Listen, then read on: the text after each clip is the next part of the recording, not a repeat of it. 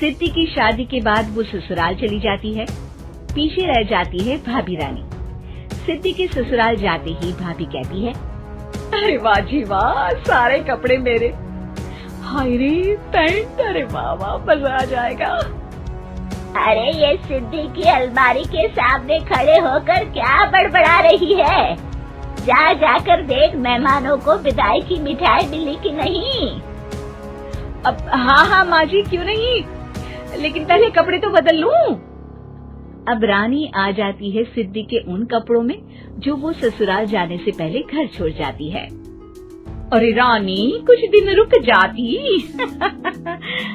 अरे ये तो सिद्धि बिटिया को मैंने ही दिया था, बड़ा ही फबता था उस पर, तुझ पर तो कुछ खास नहीं लग रहा। अब वो ना मेरे सारे कपड़े गीले थे तो सोचा पहन लूं। वैसे भी सिद्धि को कौन सा भी पुराने आउटडेटेड कपड़ों को पहनना है। वैसे भी ये सूट तो मैंने तभी पहना था, वैसे खास है भी नहीं ये। हाँ ठीक है, लेकिन ना मेरी सिद्धि पर तो जमता था। सारे मेहमान चले जाते हैं और सिद्धि ससुराल से मायके पहली बार आती है। अपना घर, अपना कमरा, अपनी अलमारी। ये बोलकर जैसे ही सिद्धि अलमारी खोलती है तो सामने उसके कपड़ों की जगह कुछ और ही रखा होता है। माँ, ओ माँ, जरा कमरे में तो आना। सास और रानी वहाँ पहुँच जाते हैं। रानी ने पहनी होती है सिद्धि की जींस और टी शर्ट। अरे भाभी, ये क्या? ये तो मेरी बड़ी ही महंगी टी शर्ट है, इसे आपने घर में क्यों पहनी है? अरे बहुत मिलती है दीदी ये चौक की मार्केट में, 150 में। ओ भाभी प्लीज, ये एरोपोस्टल है, 2000 की एक टी शर्ट। ओहो, 2000 में तो दीदी 4 साड़ी आ जाए। अब क्या बोलूं? भाभी, ये मेरी अलमारी में छोटू के कपड़े, तो मेरे कपड़े कहाँ हैं? मेरी अलमारी में? अब दीदी आपको कौन से पुराने कपड़े पहनने थे? माना भाभी, लेकिन मैं जब घर आती तो यही सब पहनती ना। अरे तुम तो बड़ी कंजूस हो दीदी। खैर वक्त आता है जब सिद्धि ससुराल के लिए रवाना हो रही होती है। अरे रानी, अंदर से सिद्धि का गिफ्ट ले आ, लड़की पहली बार ससुराल से मायके आई है। रानी अंदर जाती है और एक सिंपल सी साड़ी लेकर बाहर आ जाती है। ये लीजिए माँ जी।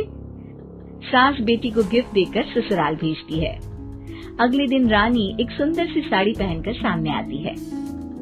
अरे रानी, ये तो वो साड़ी है जो मैंने सिद्धि को देने के लिए दी थी जब वो ससुराल ले जाती, लेकिन ये तूने कैसे पहन ली?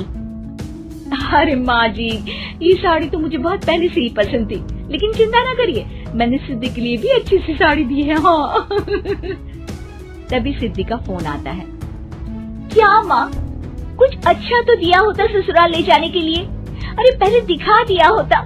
यूँ चमकते हुए पैकेट में नौकरानी वाली साड़ी मत दिया करो माँ।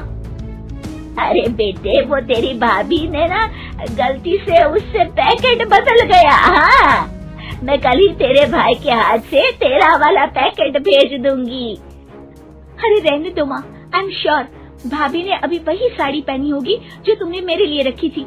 तुम तो समझ नहीं पाई उनको। खैर छोड़ो, मैं ज्यादा बोलती अच्छी नहीं लगती, रहने दो, आपको उन्हीं के साथ रहना है, फिर बात करेंगे। सास को रानी पर गुस्सा आ जाता है। वो उसके कमरे में जाती है जहाँ वो शादी का एल्बम देख रही होती है। रानी, मार्केट जाकर एक ऐसी ही साड़ी लेकर आ, कल प्रतीक जाकर सिद्धि के घर दे आएगा। अरे क्यों माँ जी, कितनी साड़ी देनी है दीदी को? यहाँ कोई सेल लगी है क्या? अरे चुप कर, मेरे बेटी के हिस्से की साड़ी खुद पहन ली, अब ज्यादा ज्ञान बांट रही है। एक दिन सिद्धि का फोन आता है। माँ, मेरी सास ने आप सबको खाने पर बुलाया है। सारे लोग सिद्धि के ससुराल पहुँचते हैं।